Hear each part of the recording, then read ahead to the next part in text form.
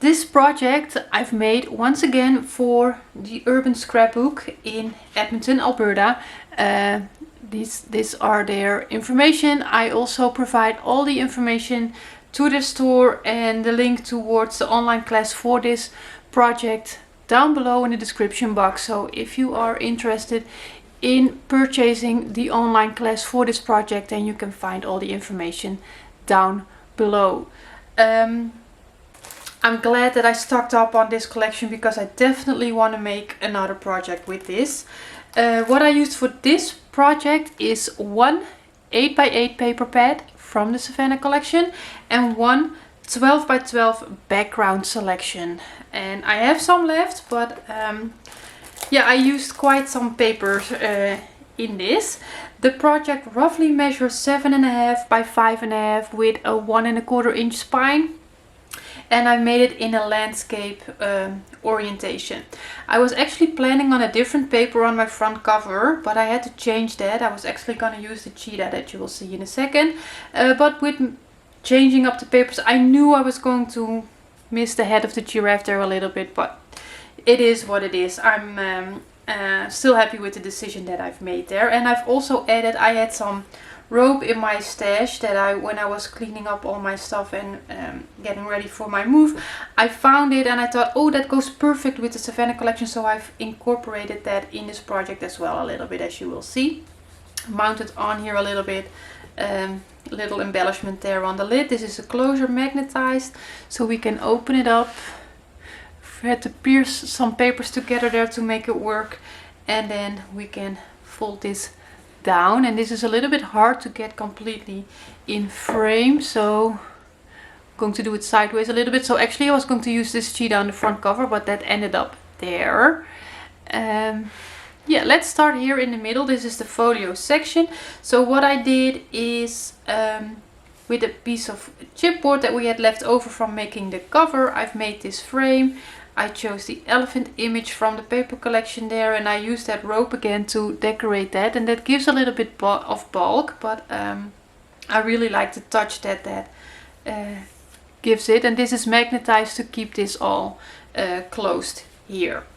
And in the tutorial I show you how I did the frame as well.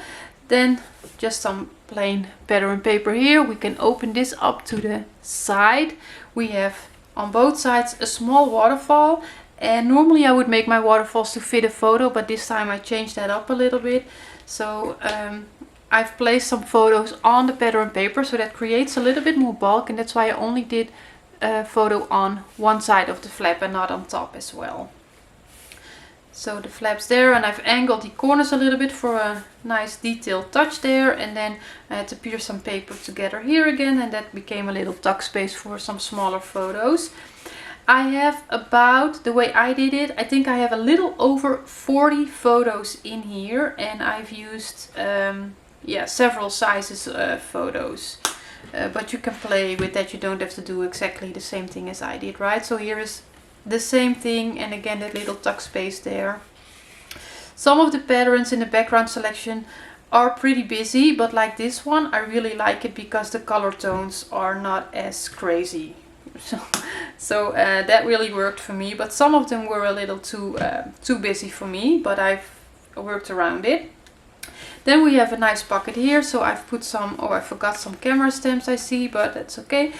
Some photo mats in here. I didn't do anything on the back to reduce the bulk, and my white cardstock represents the photo. I use a removable glue stick from Scotch to stick down this white cardstock. I can take it off, replace it for a photo, but for now it stays nicely in place.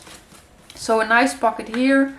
There is quite some space. I have 3 elements in here. You could do more, but you just have to keep the bulk in mind.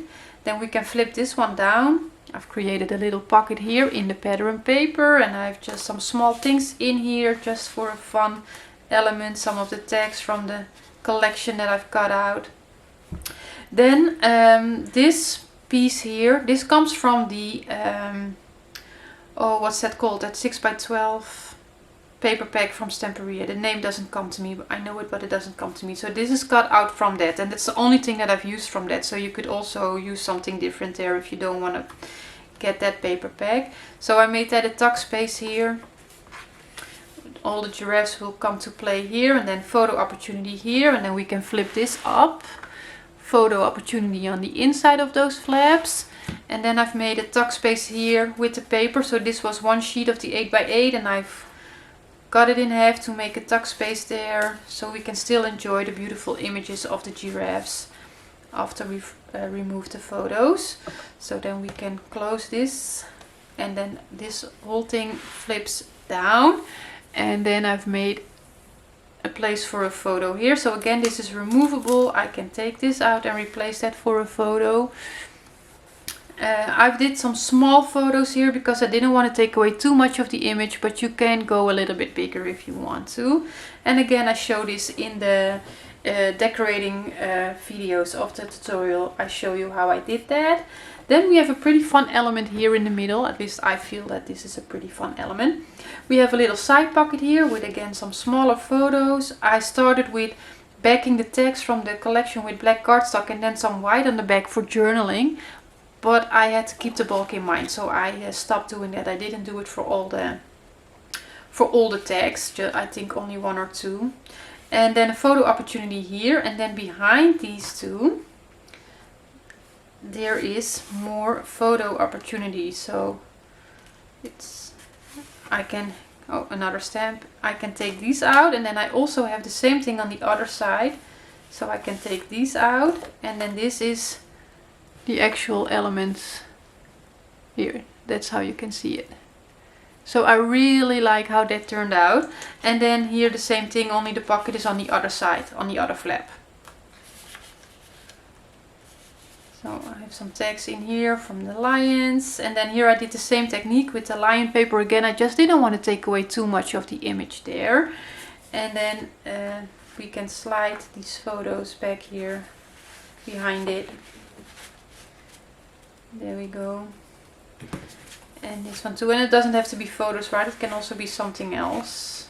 Sometimes they bump into each other a little bit, so you have to work that slightly, but that's fine.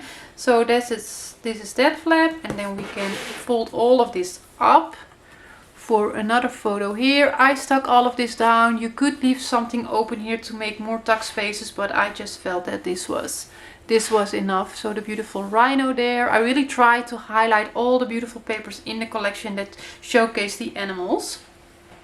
And then here, this is the back cover. What I did here is I've made a belly band, and I've put a larger photo mat behind here. You could do a larger photo, like a 7x5 inch photo, but I split it up for two smaller photos, but you can do whatever you like. In this case, I did do some pattern paper here, so I could also just do another photo here on the back if I want to. So that slides behind the belly band, and then on top of the belly band is a pocket, and I've made another photo mat here with a little tab on it so you can see that there's a photo in there, and here I left it blank on the back side. So this, my pocket ended up being a little tight, but that's fine. So we can slide that in. Again, I show you in the tutorial, I give information on how to do the little tabs on your photo mats. But this is the folio part. So I can't get enough of this album. I just love these papers. So beautiful. Then here on the bottom, we have a fun interactive element. I've made my closure here. In the tutorial during construction I've used a magnet, but during decorating I removed the magnet, and I've made this little piece to keep it all closed. So we can fold this up, and then we have this beautiful acetate frame with the cheetah. You don't have to do this with the acetate if you don't want to. And then here we have photo mats on the side of this. So again with a little tab, and I've added that little rope there. Not sure how well you can see it, but that is also something that I show in the tutorial. And we can slide this back. I only have one in here, but you can probably place two in the side, each side pocket if you want to. So that goes in there, and then we can lift this up and flip it this side for photo opportunity.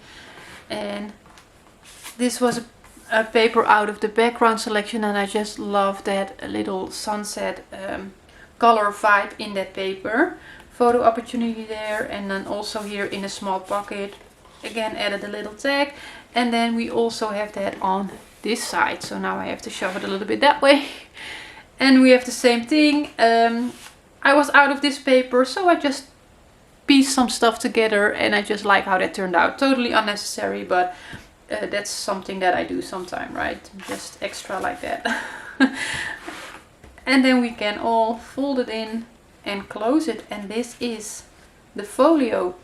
It's not super big, it can still hold, like I said, in my case I have a little over 40 photos in here, several sizes, and it's just a super fun project to make and to work on. And just show you the back, I left it black because none of the papers that I had left over was to my liking, so I just left it black. So it's a nice stuffy album, but a really fun size. I enjoyed making this. I hope you enjoy it too. So again, if you are interested in making this project, all the information is down below in the description box. So for now I want to say thank you for watching, and I hope to see you in the next video. Bye bye!